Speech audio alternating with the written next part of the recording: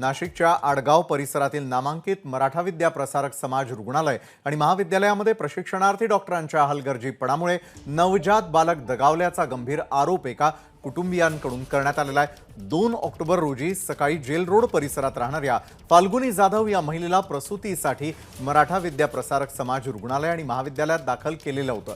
सायंकाळी महिलेची प्रसूती तर झाली, मात्र बाळ वाचू शकलं नाही। दरम्यान प्रशिक्षणार्थी डॉक्टरांच्या हलगर्जीपणामुळे बाळ खाली पडून जखमी झाल्यानं बाळाचा मृत्यू झाला। तसंच शस्त्रक्रियेनंतर 2 तास आम्हाला काहीही माहिती देण्यात आली नाही। उपचारांबाबत कुठलीही कागदपत्रही दाखवण्यात आली नाहीत, असाही आरोप कुटुंबियांनी केलेला आहे। आडगाव पोलिसांनी याबाबत अकस्मात मृत्यूची नोंद करत व्हिसेरा राखून ठेवलेला आहे। पोलिसांच्या तपासात काय समोर येतं हे पाहणं महत्त्वाचं ठरणार आहे।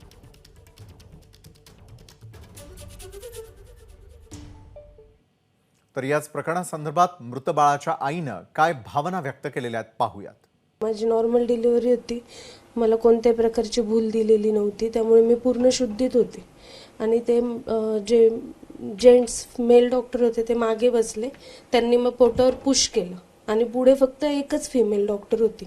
बाकीचे सगळे जे डॉक्टर होते ते फक्त बघत होते। जर ते पुश करतायत तर माझं म्हणणं असं की त्यांनी सगळ्यांनी समोर उभं राहून बाळाचं प्रोटेक्शन घेणं त्यांचं काम होतं। त्यांनी पुश केलं तर माझं बाळ डायरेक्ट बाहेर उडालं आणि जे समोर फिमेल डॉक्टर होते ना, त्यांनी ते व्यवस्थित पकडलं नाही, बाळ डायरेक्ट जमिनीवर पडलं आणि ते स्वतः जोरात ओरडले, ओ शिट म्हणून।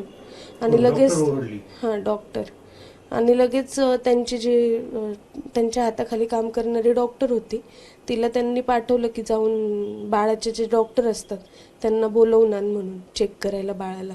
त्यांना मी त्यावेळेस विचारलं की काय झालं मॅडम नक्की, तर ते बोलले की काही नाही म्हणे, बाळाचे ठोके जरा कमी पडतायत म्हणून बाळाचे डॉक्टर बाळाला चेक करतील। पण त्यावेळेस बाळ रडलंच नाही आणि नाळ जी होती ती पूर्णपणे बाहेर पडली, साईडला बेडची तुटून पडली। बाळाचे डॉक्टर आले, ते बाळाला चेक करत होते, बाळाचा रडण्याचा वगैरे काहीच आवाज येत नव्हता।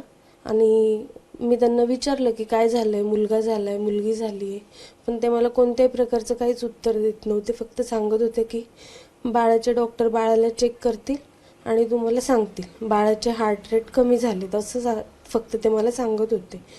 आणि त्याच्यानंतर मग मला कमीत कमी त्यांनी अर्धा तास तसंच बसवलं। मला स्टिचेस वगैरे पण त्यांनी तोपर्यंत टाकले नाही, फक्त बाळाकडे सगळे डॉक्टर जाऊन चेक करत होते।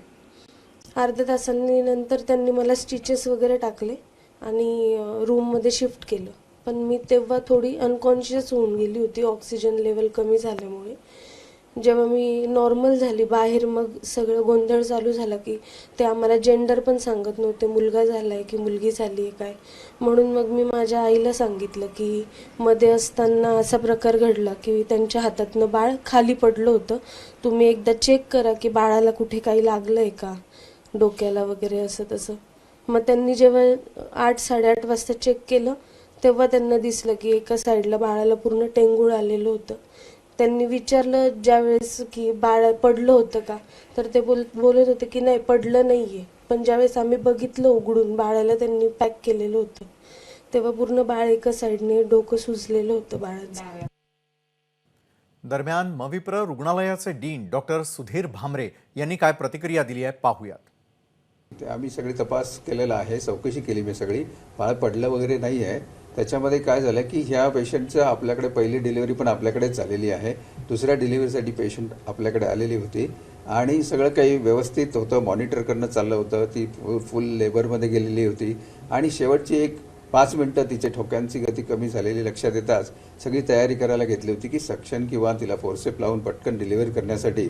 पण त्या मिनिटात त्याच्या आतच ती डिलिव्हरी झाली आणि जे काही बच्चू होतं त्याचे हार्टबीट थांबलेली होती आणि ते रिवाईव्ह झालं नाही, त्याच्यात पडलं वगैरे असं काही नाही आहे। पिडियाट्रिशियननी पण लगेच त्याला अटेंड केलं, सगळं केलं। पण मग आता शेवटी काही गोष्टी आपल्याला PM चा रिपोर्ट आल्यानंतर वगैरेच कळतील की असं का झालं। एबीपी माझा, उघडा डोळे बघा नीट।